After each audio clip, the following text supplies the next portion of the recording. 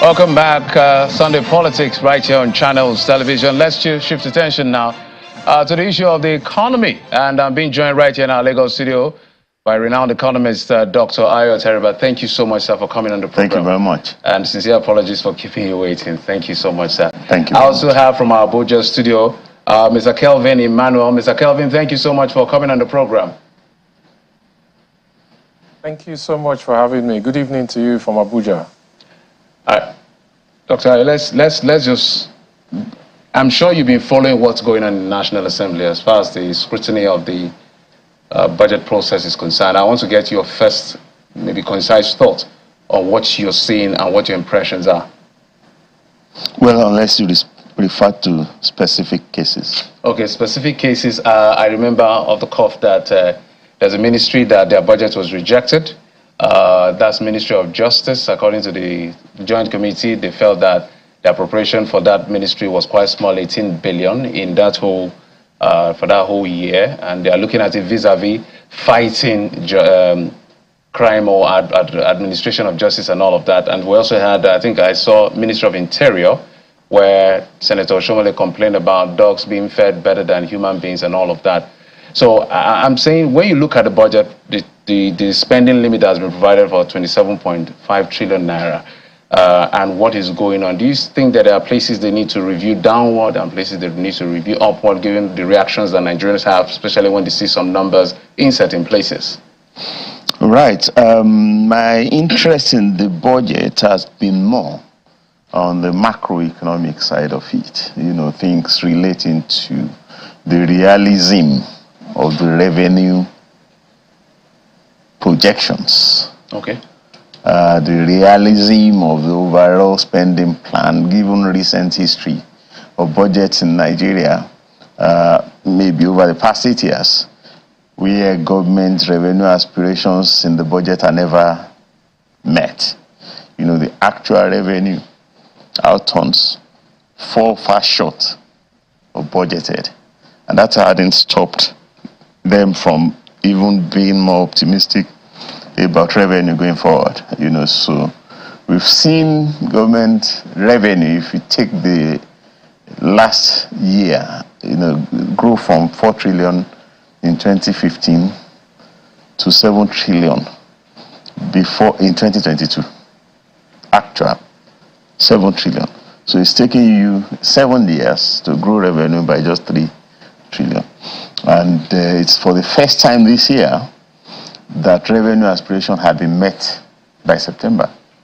And they're projecting 18 trillion for next year. And it's credible because clear revenue reforms were done that blocked leakages.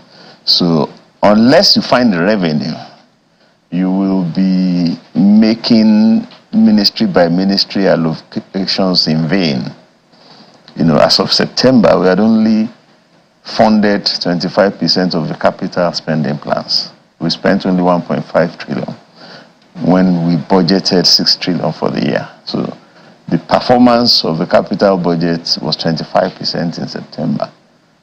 So there was 75% on that performance. So I had concentrated, you know, especially when I was, you know, privileged to show up at the Senate retreat on the budget as proposed, following the president's proposal, on ensuring that we get more realistic projections beyond revenue. Revenue looks fairly satisfactory for next year. 18 trillion will be a historic record.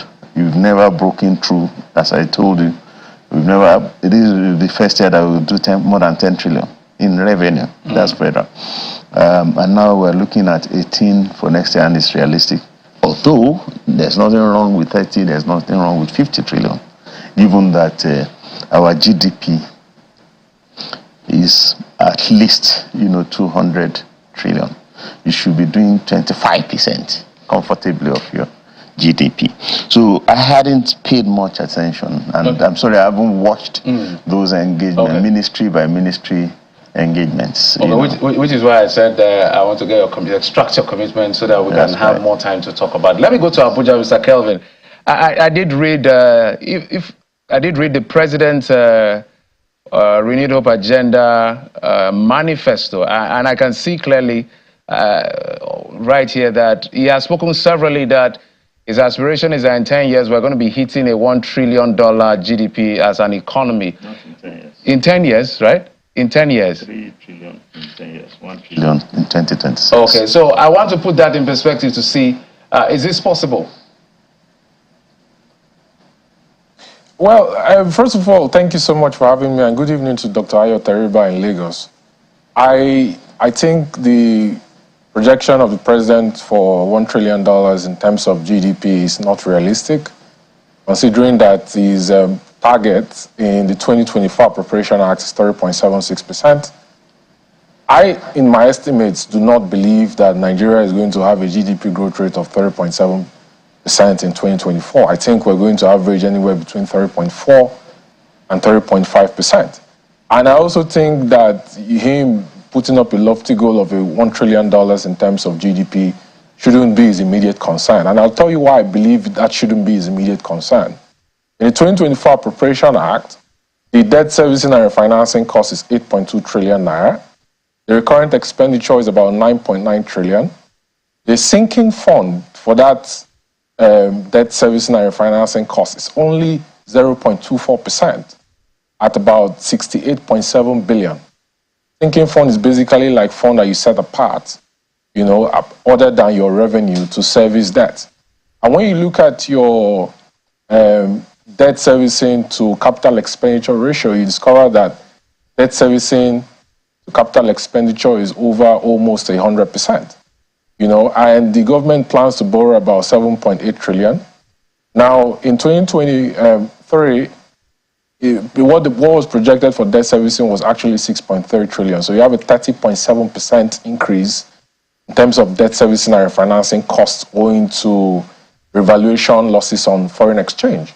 So for me, if you look at the fact that deficit financing is projected at about 48%, I think the immediate concern for the president should be on how he can drag down deficit financing, even if we've had improvement in terms of interest on GDP from 6.1% to 3.88%.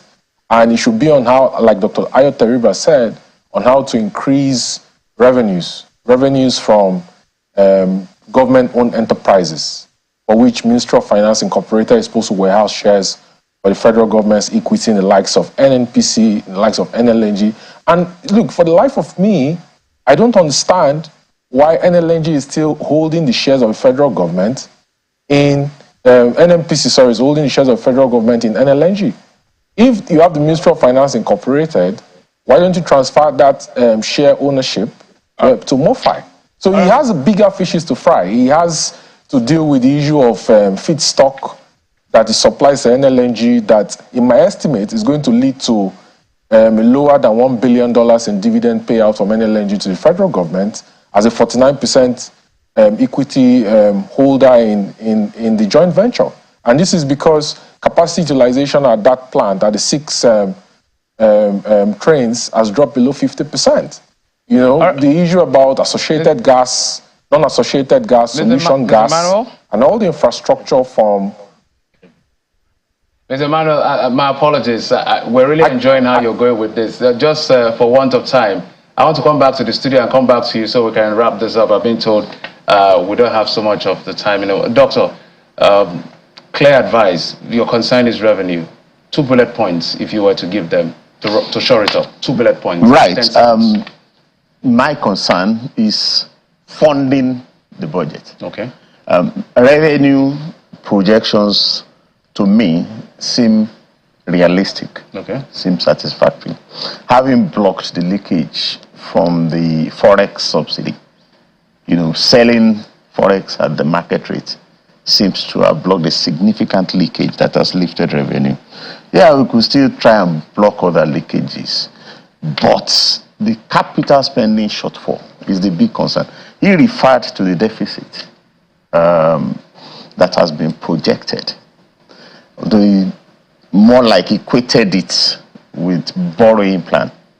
We have not been, we have not been able to realize our borrowing plan for this year. We've borrowed like 40% of what we plan to borrow as of September. So we may not be able to borrow to fund that deficit. Government is talking about attracting foreign direct investment. Right, so equity financing, leveraging on assets like he said, MOFI and other assets, to raise equity to finance the shortfall. Mr. Mann, Doctor, thank you so much, which is why I even said it over that I have to bring you back to just expound some of this wealth of knowledge. Mr. Manuel, I really apologize. I understand we are totally out of time, so we'll have to hold this conversation and expand it. The next year we're talking about is just by the corner, and so we need to bring back, in my view, some of the things the president promised and put it side by side with the promises laid down in the budget to see how things play out next year. Mr. Emmanuel Kelvin, economist, joining us from our Abuja studio, as well as Dr. right here, Ayo Teriba, economist, joining us right here from our Lagos studio. Thank you so much, gentlemen. Thank you, sir, for coming on the program. Thank you very much. All right.